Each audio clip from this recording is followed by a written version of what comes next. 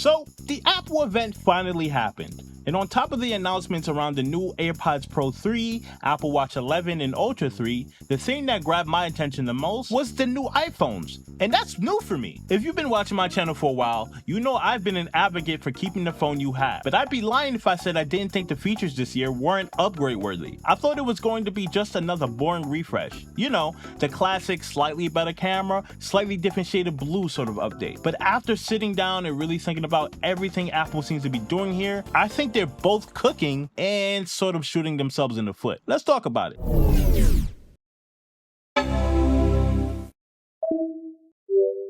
Sup, Rotten? Here's the thing. Apple has been on autopilot for a while now with the iPhone. Don't get me wrong, they get the job done, but nothing about them felt like a moment. But something shifted last year with the iPhone 16, and I'm talking about the base model. The iPhone 16 came out swinging with solid features that rivaled its Pro counterpart. It really was the first time I thought, what reason is there to buy a Pro? I mean, it has the dynamic island, action button, 48 megapixel main camera, things that the everyday user will actually notice. Like, sure, it has one less GPU core and a slightly slower chip than the Pro, but only the nerds were noticing that. But now, the iPhone 17 is closing the gap even more between the base and Pro model, because for the first time ever, base model iPhones will now be getting the always-on display and ProMotion, not to mention 256 gigs of starting storage. Now, I don't know about you, but that was the main reason a lot of Pro users were getting the Pro model. But what does that mean for the Pro models now, you may be asking?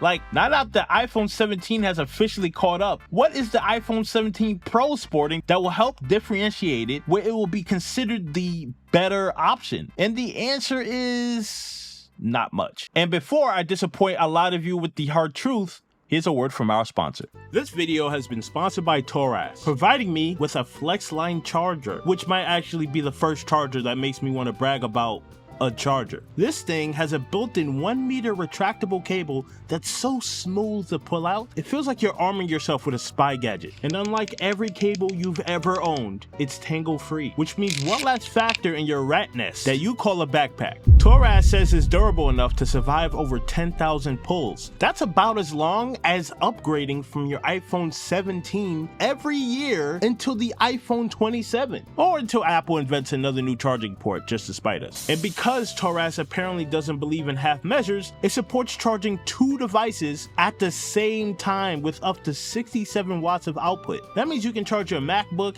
and your iPhone together, and the FlexLine automatically detects what's plugged in and gives each device the right amount of juice. No overheating, no random disconnects, just fast, safe charging without you having to think about it. So if you want a charger that's as practical as it is fun, check out the Toras FlexLine charger in the description below, and shout out to Toras for sponsoring this video. Now, I watched that event in anticipation of what the iPhone 17 Pro and Pro Max would bring to the lineup. Now that their trademark features are available on all phones in the lineup, including the iPhone Air, which deserves its own video coming right up. But stay with me now. The major differences that the iPhone 17 Pro has over the base model are that it has an aluminum unibody with a different design, a ceramic shield back, making the back of the phone sort of two-toned, a faster chip with the A19 Pro, 1 more GPU core, 3 more hours of video playback, and 48 megapixel on all cameras, and a faster USB-C port. That is it. Now, let me know in the comments if any of this seems like something that is worth it to you or would benefit you in any way. I'm trying to see some. For me though, and not being real,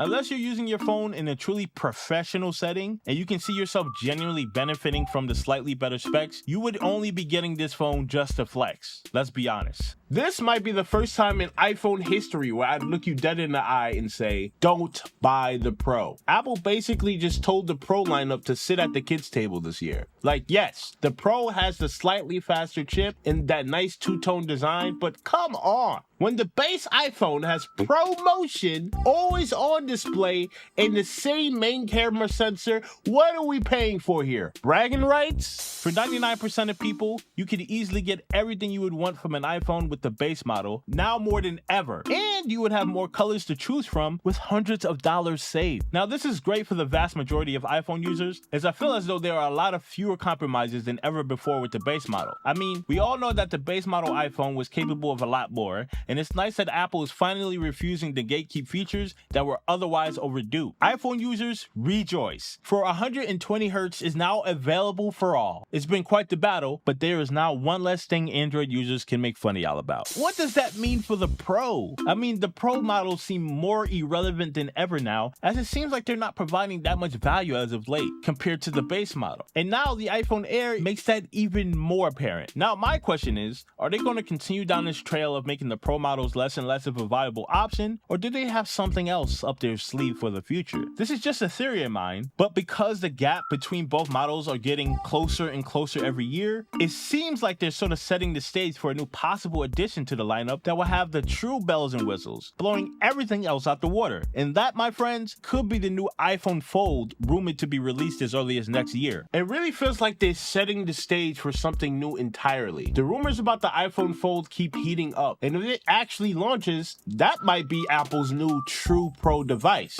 And that would explain why they're slowly letting the base iPhone catch up. They need the Pro to stop being special so the Fold can take that spotlight. And the streets are saying that it has both Face and Touch ID, so hey, well, whatever they might be cooking up, I hope they do it soon, because the Pro phones no longer really have a trademark feature other than getting access to the fastest chip Apple has publicly available. Now, I don't know about you, but that doesn't seem like a strong enough selling point. So yeah, I changed my mind about the iPhone 17. I'm glad base model users will now have access to Pro model features they've always wanted, but I am curious about the future of Pro phones from this point on, because man, it's not looking so good. It's finally the year when the base iPhone feels like a no compromise device. But now Apple has to change my mind about why the Pro lineup even exists. Because right now, it's looking like the middle child nobody knows what to do with. What do you think? Are you buying the iPhone 17 or are you still holding out? Let me know in the comments. And if you'd like to support the channel by buying a wallpaper, the link is down below, along with my Patreon, where you will get exclusive perks like getting access to videos early,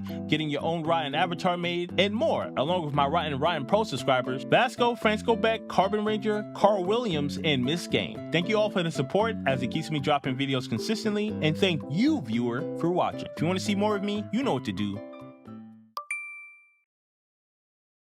Now, I know the iPhone 17 Pro I would not recommend for most people, but for me, I do see quite a bit I could benefit from. Also, I really like the orange. Like, they really went bold with the orange. Like, it's so good. The blue is also good as well, but we always get blue. We have an orange now.